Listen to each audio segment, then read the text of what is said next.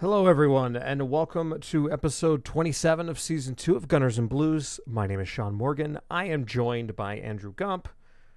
And Andrew, I know for us individually as podcast Yeah. hosts, it's been a tumultuous weekend, tumultuous past, I would say, week. But for Arsenal Football Club, it's been a fan-fucking-tastic weekend. Uh, Gonna slap that it has, E man. right off the bat. Uh, I'm thrilled. Like honestly, the news I think, and just everything surrounding the win, just everything that it's encompassed, has helped kind of a rather, like I said, clunky time for me individually, and I'm happy that for once, right, for once, it's now a matter of, the club is winning and I'm not sad, as a result of being an Arsenal supporter. I think one of the most important parts of that was that first half was the first time I even enjoyed watching Arsenal Football Club play football since Arteta took over. To be perfectly honest, that was some beautiful, beautiful football, and it's basically been functional up until this point. Mhm. Really, in my opinion, it's been basically functional, and it was good. It looked good. It looked like Arsenal Football Club that we all know and love and finishes fourth. So Hey, if we can finish fourth again, I don't know what it's got, or don't know what you got till it's gone. Well, let's as far as the agenda goes. So today, obviously we're going to talk about the win. Talk about the win.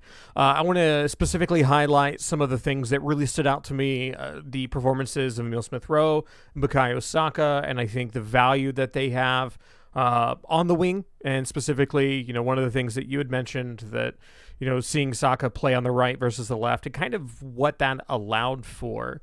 I want to talk a bit about some of the performances of our midfield and specifically Partey's contributions to our progression and ball movement. And then I want to talk about our back four, as well as I want to talk about some of the Ramsdale passes, especially the ones that seemed like they were higher risk and panned out perfectly, and just kind of the technique I think, and really what the difference is between him and Leno in that regard. And then after we're done talking about the match, I want to look at the upcoming fixtures, 5 fixtures we have, and just now that we're basically even for the season, 3 wins, 3 losses, what things might look like with the momentum that we have looking at the next 5 fixtures. But let's dive into the match. Obviously, getting a 3-1 win feels really good. Man, it feels so good. That first half, you're right, was sensational. Almost everything that we wanted to do went right. I mean, the thing I think that really stood out to me is probably my highlight of the half was watching Harry Kane fall, lose the ball, Oh and God. score on the resulting counter. Like that summed up the day for them. I mean, it really did. It summed up the day for them. That was probably the best, like you said, the best first half of football that we've played easily this season. And I think, honestly, since, as far as this technically caliber of competition, even though Spurs have been absolute ass Yeah. pretty much for the entire month, there's still the name, right? There's still, Yeah. the list of accomplishments ish. Empty trophy case, but you can still. What accomplishments, bro? What Yeah, accomplishments? there's an asterisk there. The shelf of DVDs that they have, but against competition that wasn't in like the Carabao Cup or us playing a bunch of kids. I think what stood out to me is how well our youngsters connected. I mean, we have on average like one of the youngest teams in the Premier League. Honestly, like one of the youngest teams, I think, for like what we've fielded in all of the major European leagues. I think it's like sixth or seventh. And watching our younger players, connect pretty much all across the pitch. From the average age of our back four being like I think like 23 and a half, close to 24, and then seeing Emile Smith Rowe, seeing Bukayo Saka, seeing Martin Odegaard all connect up. I mean, Aubameyang looks happy. He looks confident. He looks like he's finally playing in a system that benefits him. He's not on the left anymore. So let's talk about that. Let's talk about that. Yep. So you had basically called it. You called it that we needed to see Bukayo Saka lining up on the right. His talents on the left weren't really being amplified or even acknowledged on the left. He looked stifled. He looked sometimes disinterested. And, I even mentioned, maybe he needs some time on the bench to really build up his confidence. Boy, am I glad I was wrong. And this switch, I think, allowed for him to be much more creatively flexible. There were moments where having the ball at his feet, having the confidence to dribble through a couple of players, especially on his goal, like his solo goal, that was, at times it felt like it was about to fall apart. But he persisted, found the back of the net, and having both him and Emil Smith-Rowe on the wings, I think gives us so much creativity both on and off the ball. You look at Pepe, right? You look at Pepe, and it's not that he is an untalented player. But what you see difference-wise between him with the ball at his feet and then Bukayo Saka with the ball at his feet is Saka seems to connect better, I think, with Odegaard, with Emil Smith-Rowe, with Aubameyang. And Pepe seems to want to do things on his own, right? He's very much like a certain American, winger that you have where it's like, I've got the ball at my feet.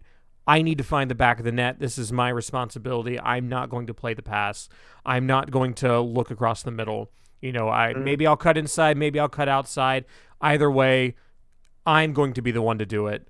And I think there are certain games where that mentality works, right? Where that mentality works, especially if you're seeing, maybe some sluggishness in the midfield, or maybe your transition play is somewhat subpar and you really need those individual moments of brilliance. But I don't feel like that's Arteta's system.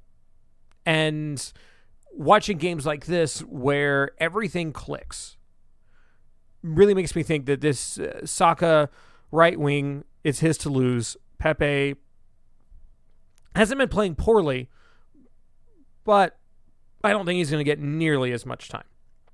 Yeah.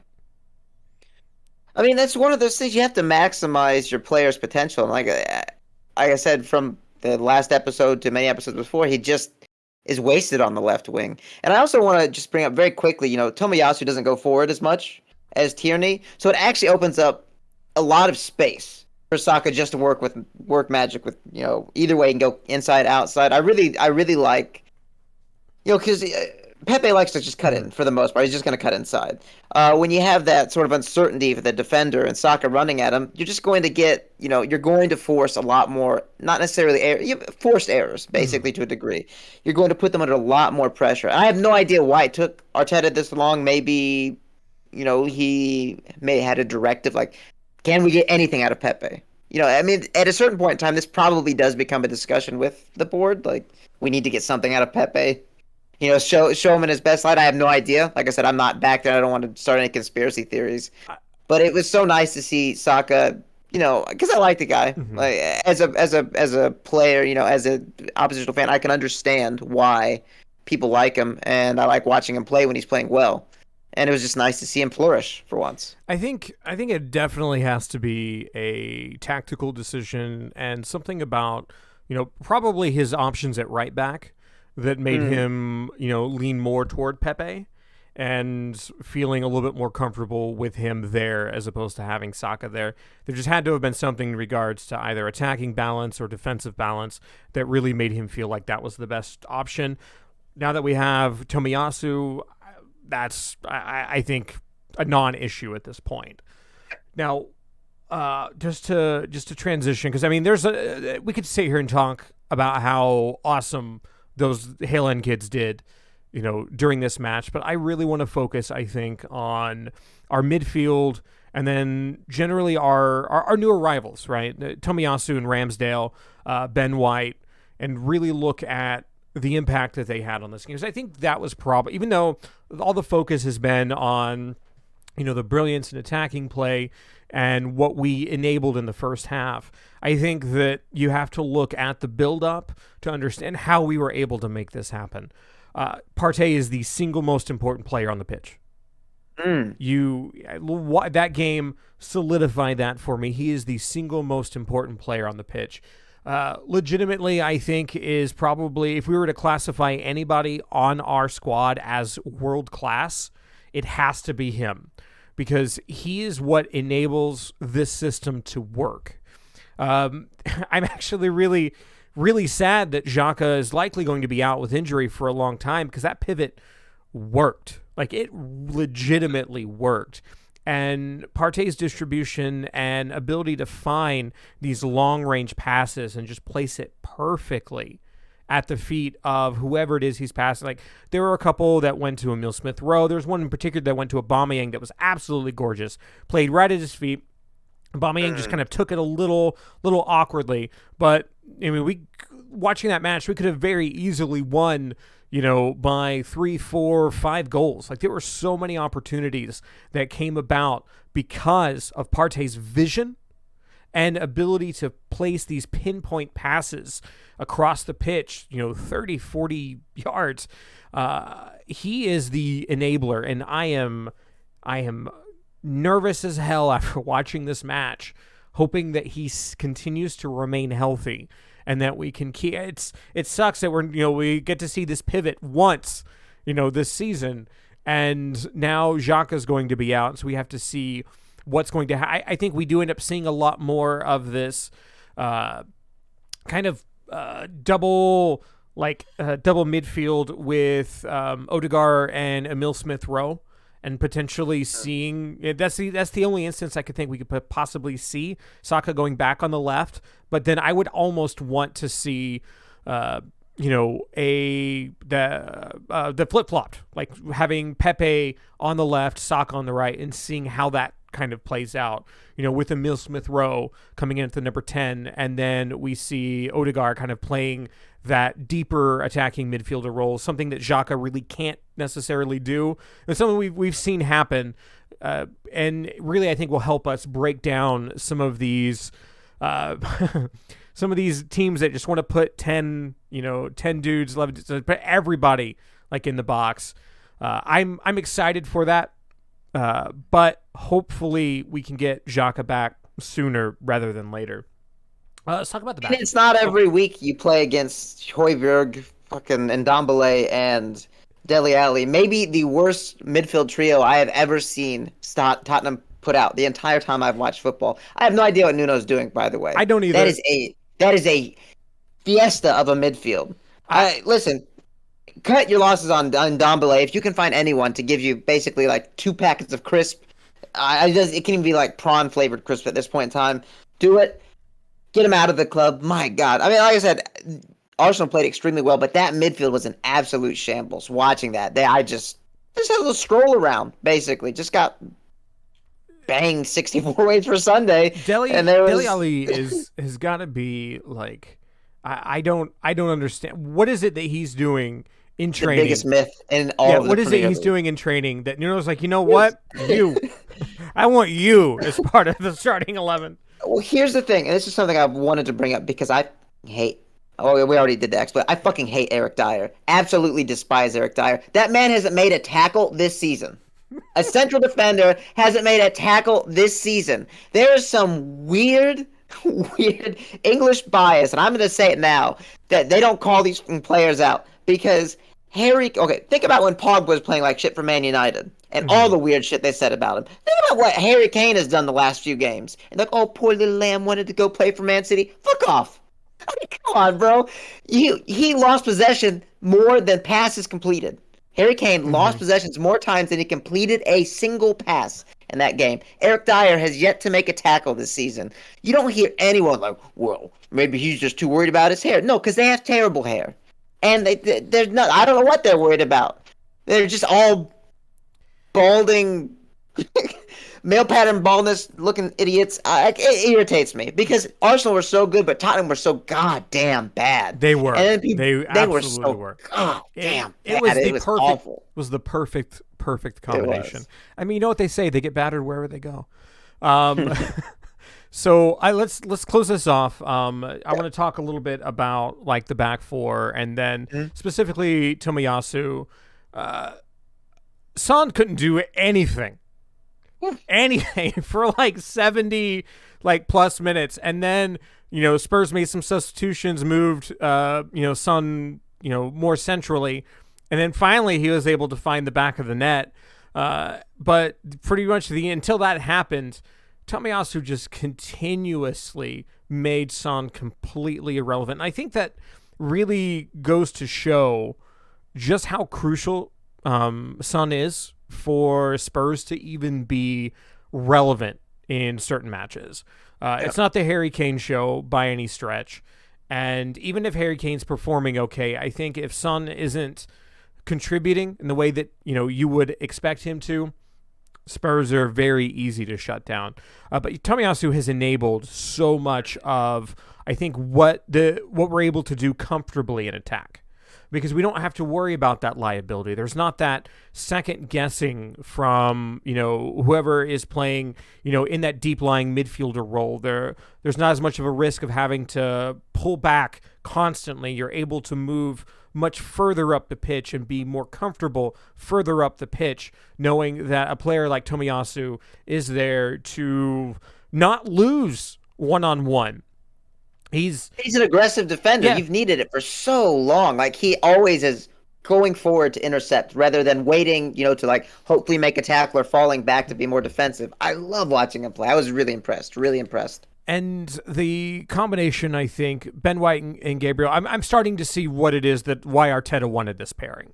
I think that the aerial prowess and the aggressiveness that Gabriel has paired with Tomiyasu allows Ben White to be much more of a fluid player defensively.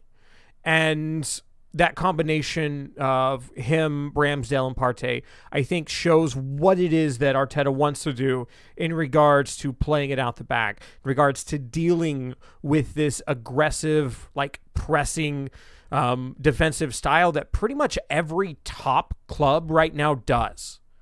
And we saw multiple instances where being more comfortable with the ball at your feet as a keeper and as a defender allowed for enough space. And we have some attacking players that are excellent at creating space. Emile Smith-Rowe and Odegaard showed this match just how great they are, especially Emile Smith-Rowe, at creating space where you're not expecting it to be found. And a lot of that space is enabled by pulling people away, having the ball at your feet for just the right amount of time, and then identifying the correct pass to make.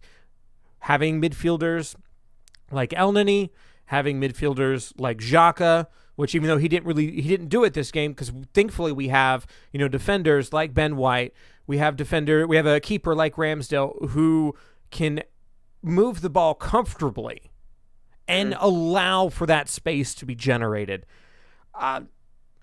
Andrew, I'm starting to trust the process.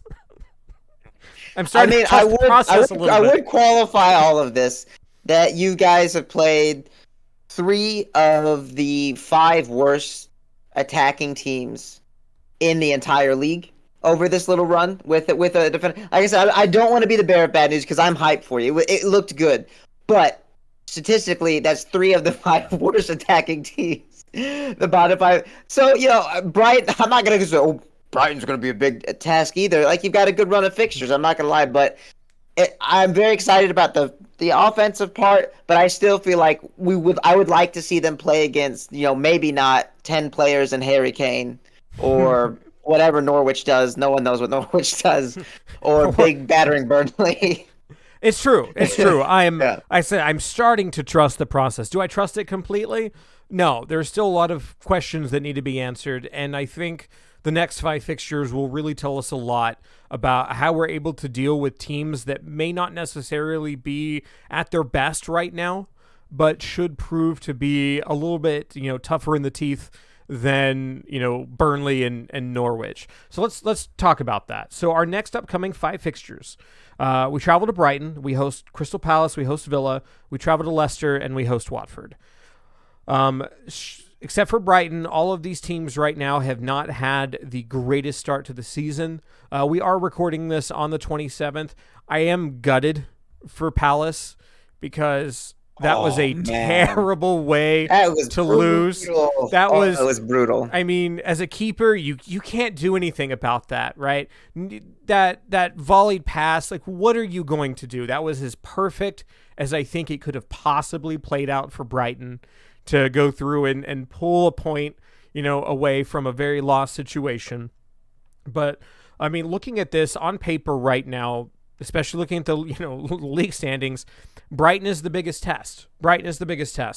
And they've been playing sound, if not unspectacular. And I think that's fine, right? If you're a side like Brighton, you want to be consistently better than the average, and nobody is expecting you to be world beaters. It's very much I think reminiscent of how Sheffield was a few years back, where they were winning matches in an unspectacular way, but it was still happening. So I am nervous mostly about that. I think that's actually going to be a pretty decent measurement of how well this squad can work, because we're probably going to see the only real change, substantial change, barring anything unforeseen in training, is I would expect Lokonga to come in, or potentially us go to that, having Pepe come in and then shifting stuff around and maybe trying to play a little bit more aggressive against Brighton. I could see something like that. So I talked about a whole bunch. I want to see what this is basically the squad that we played against Spurs. I want to see what that looks like. I've said that the entire season. We saw it, and it was our best performance so far this season. I need to see more of it, and I see more of it in a derby setting. Emotions are high. Things can be very swingy. That type of first half, getting the fans behind you makes a huge difference. We're traveling to Brighton. Those, that part of the storyline isn't going to be there. The other matches, I'm actually decently confident. The other one I'm actually a little bit less confident in is against Aston Villa, who have proven to be kind of a bogey team for us. Leicester is in dire straits right now, and we always seem to play very, very well against them, bar last season. And Palace and Watford, I think there's just a quality gap there. I expect it still to be tough, right? Watford, I think, has surprised a few people early on this season, but I think there is a quality gap there that we should be able to take advantage of. And both of those matches are at home.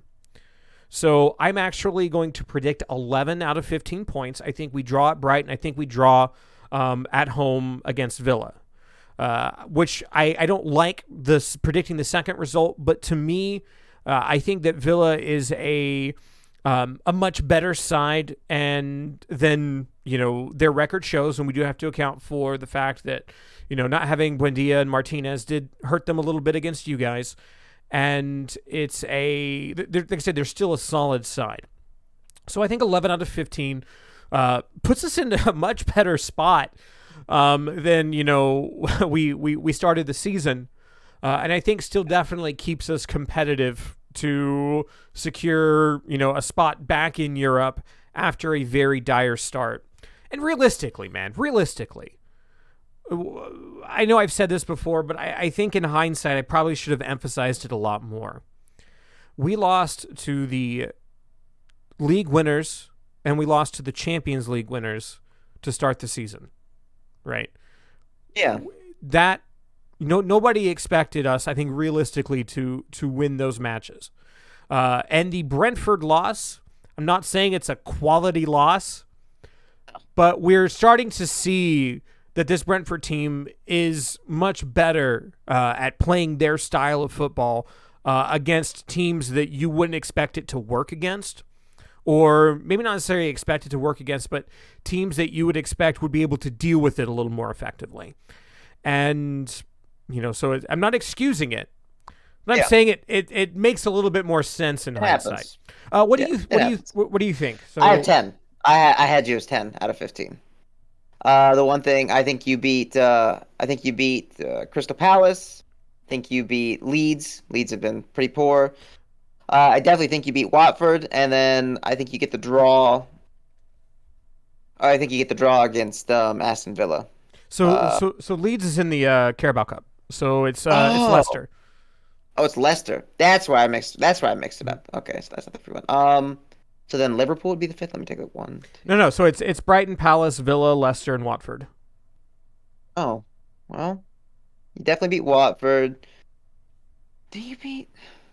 I don't know. I think Leicester has to have turned it around by then. I'm gonna go with 10 out of 15. Like I said, I think you get 3 wins and a draw, in there, and I think the one loss might be kind of crazy. I think you might lose to Leicester. That's probably the one I'm gonna give you. Not that I think Leicester are better than you, but Vardy scored 3 goals in his last game, one of them being an own goal, but he seems to have a good time. Yeah, it just did it all himself. I always, like I said, usually do well enough against them, but I think Vardy might have a game there. But yeah, I think it looks like it's looking good. It doesn't look so good afterwards, but it's looking good right now.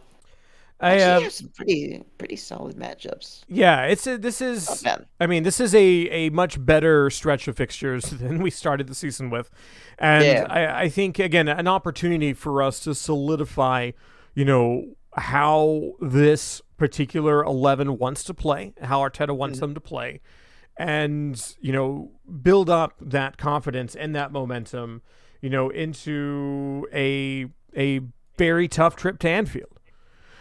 So I would love to be sitting on 20 plus points, going into that. I think that would do wonders for how we started the season.